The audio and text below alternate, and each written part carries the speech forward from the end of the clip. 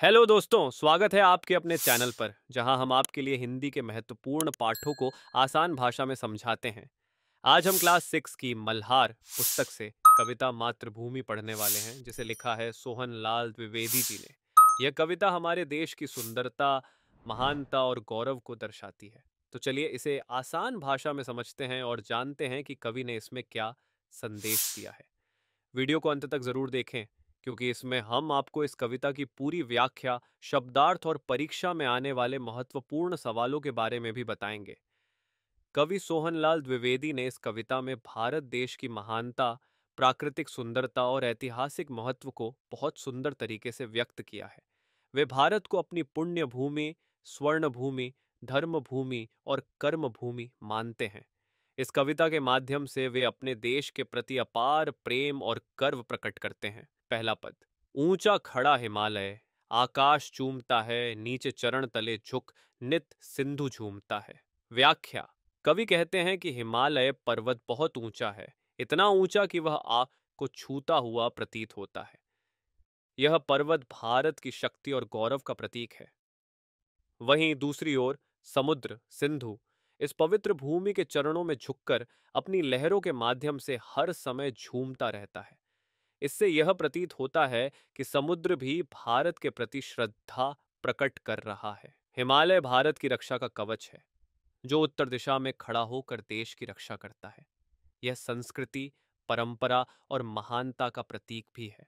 समुद्र, जो भारत के दक्षिण में है, उसकी लहरें इस भूमि को सदा नमन करती हैं, जिससे यह पता चलता है कि भारत कितना महान है। दूसरा पद।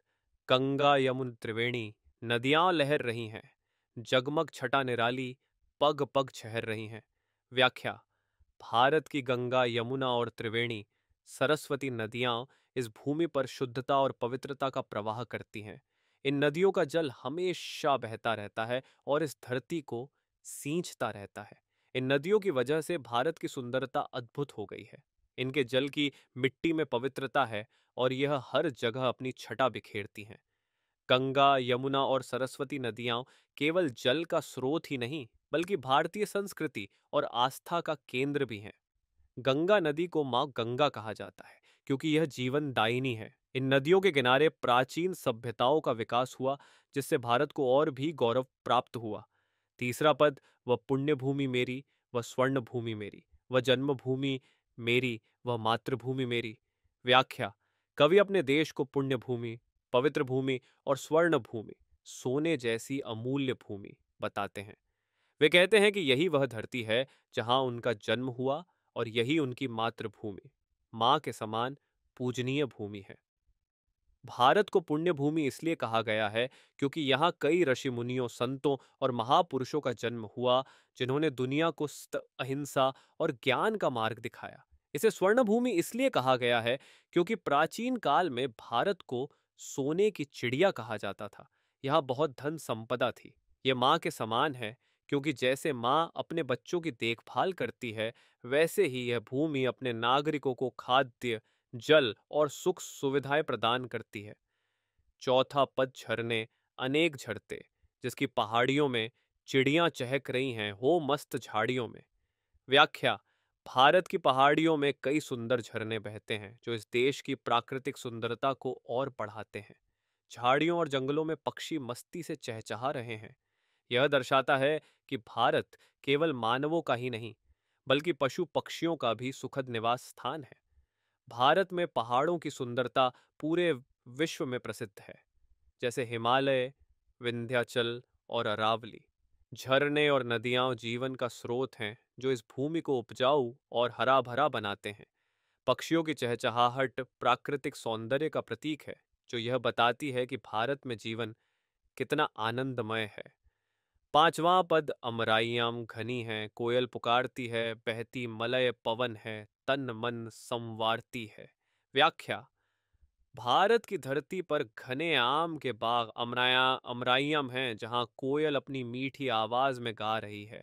यहाँ मलयगिरी पर्वत से आने वाली ठंडी और सुगंधित हवा बहती है, जो शरीर और मन दोनों को सुकून और आनंद देती है।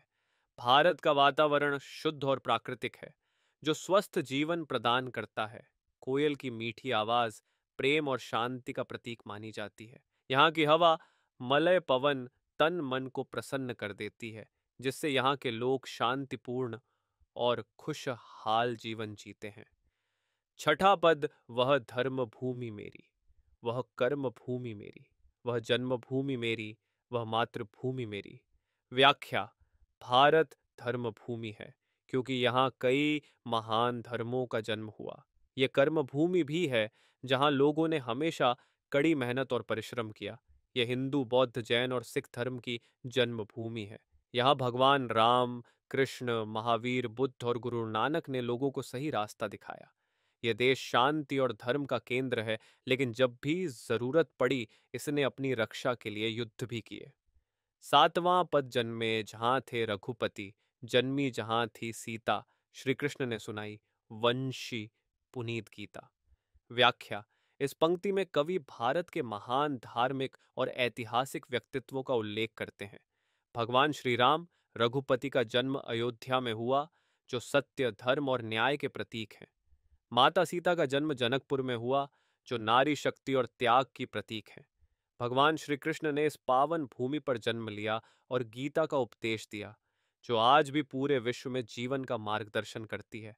राम और सीता का जीवन हमें मर्यादा, त्याग और श्री कृष्ण का गीता उपदेश कर्मयोग और धर्म की राह पर चलने की प्रेरणा देता है। भारत वेदों, उपनिषदों और भगवद गीता की धरती है, जिसने पूरे विश्व को ज्ञान दिया। आठवां पद, गौतम ने जन्म लेकर जिसका सुयश बढ़ाया, जग को दया सिखाई, जग को दिया दिखाया। व्याख्या: भारत की महान भूमि पर महात्मा बुद्ध गौतम का जन्म हुआ, जिन्होंने पूरी दुनिया को शांति, अहिंसा और करुणा का संदेश दिया। उन्होंने अपने ज्ञान और ध्यान से मोक्ष का मार्ग बताया और पूरी दुनिया को दया और प्रेम का महत्व समझाया। भारत को इस महान संत ने ज्ञान और सत्य की भूमि बना दिया। महात्मा बुद्ध ने संपूर्ण मानव जाति को अहिंसा का पाठ पढ़ाया। उनका संदेश हिंसा और क्रूरता के खिलाफ था और उन्होंने प्रेम और करुणा पर जोर दिया। भारत बौद्ध धर्म का जन्म स्थान है, जो आज भी पूरी दुनिया में शांति और सत्य का प्रतीक माना जाता है। नौवां पद, वह युद्ध भूमि मेरी, वह बुद्ध भूमि मेरी, वह मातृभूमि मेरी, वह जन्म भूमि मेरी। व्याख्या: भारत युद्ध भूमि भी है और बुद्ध भूमि भी। यहाँ धर्म और शांति की शिक्षा देने वाले महापुरुषों ने जन्म लिया, लेकिन जब भी अन्याय हुआ, यहाँ के वीरों ने युद्ध के माध्यम से न्याय की स्थापना की। यह भूमि महाभारत और रामायण जैसे महान युद्धों की साक्षी रही है, जहाँ धर्म और सत्य के लिए संघर्ष किया गया। यह वह भूमि है जहाँ शांति और प्रेम के प्रतीक बुद्ध ने जन्म लिया, और यह वही भूमि है जहाँ अर्जुन ने महाभारत के युद्ध में गीता का उपदेश सुना। यह वह भूमि है जहाँ अशोक महान ने युद्ध के बाद अहिंसा को अपनाया और पूरी दुनिया को शांति का संदेश दिया। भारत वीर योद्धाओं की भूमि भी है, जिन्होंने अपने देश की रक्षा के लिए लड़ाई लड़ी और बलिदान दिया। कविता का सार: कवि सोहनलाल द्विवेदी ने इस कविता में भारत के प्राकृतिक सौंदर्य, ऐतिहासिक गौरव, धार्मिक महिमा और सांस्कृतिक विरासत को दर्शाया है।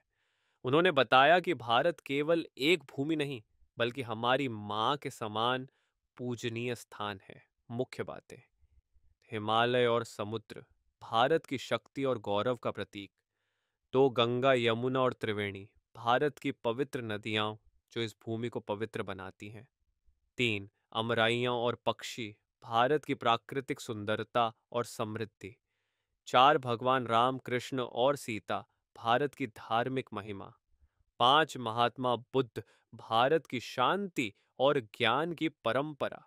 छह, युद्ध भूमि और बुद्ध भूमि भारत शांति का देश है, लेकिन न्याय के लिए युद्ध करने से भी पीछे नहीं हटता। अंतिम संदेश: यह कविता हमें अपने देश से प्रेम करने, इसकी महानता को समझने और इसकी रक्षा करने की प्रेरणा देती है। भारत केवल भूमि नहीं, बल्कि हमारी माँ के समान है, जिसका हमें सम्मान और रक्षा करनी चाहिए। वह मातृभूमि मेरी, वह जन्मभूमि मेरी। तो दोस्तों, मुझे उम्मीद है कि आपको यह कविता और इसकी व्याख्या अच्छे से समझ आ गई होगी। अगर यह वीडियो हेल्पफुल लगा तो इसे लाइक और शेयर ज़रूर करें ताकि और भी स्टूडेंट्स को इसका फ़ायदा मिल सके।